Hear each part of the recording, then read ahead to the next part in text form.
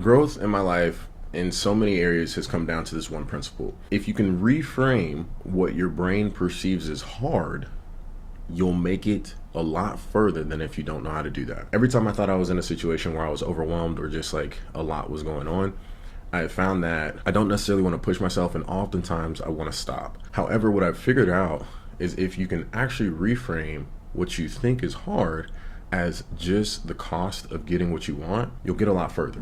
And this is what I mean. When it comes to building my body, what I started with was 4 sets of 10, just because that's just what my friends taught me, and it seems to be pretty mainstream to do sets of 10. And what I found was every time I would start getting close to 10 mentally, I would start to gas out, or just magically just like aim somewhere 9, 10, right? And push that last one out. However, what I found was every time that I wanted to get to the next level of my fitness journey, I needed to change what I thought was hard in this way. To go from basically an intermediate lifter to where I am now, volume was the key, and increasing the number of sets. And at first it was extremely hard. And every time I would get to 10, or really like five sets, or, maybe like 4 or 5 workouts in the plan, I kind of would peter out.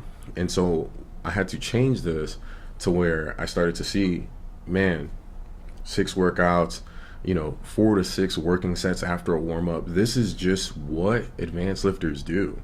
And if I wasn't willing to pay that price, then I wasn't going to be able to look how I look now. And so being able to reframe what I perceived as hard, to just as this is what it is, the requirement for me to be able to get to what the next level is, it was extremely helpful with building my body. The same thing worked with building the business, as well as certain aspects of my relationship, to where when I just realized no, being a good partner requires that, when I want to act out, I'm going to actually slow things down. In business, whenever I get stressed out because different things are changing very, very quickly, I just realized this is just running a business, and if you can reframe what is hard for you, it'll keep you from wanting to quit every time.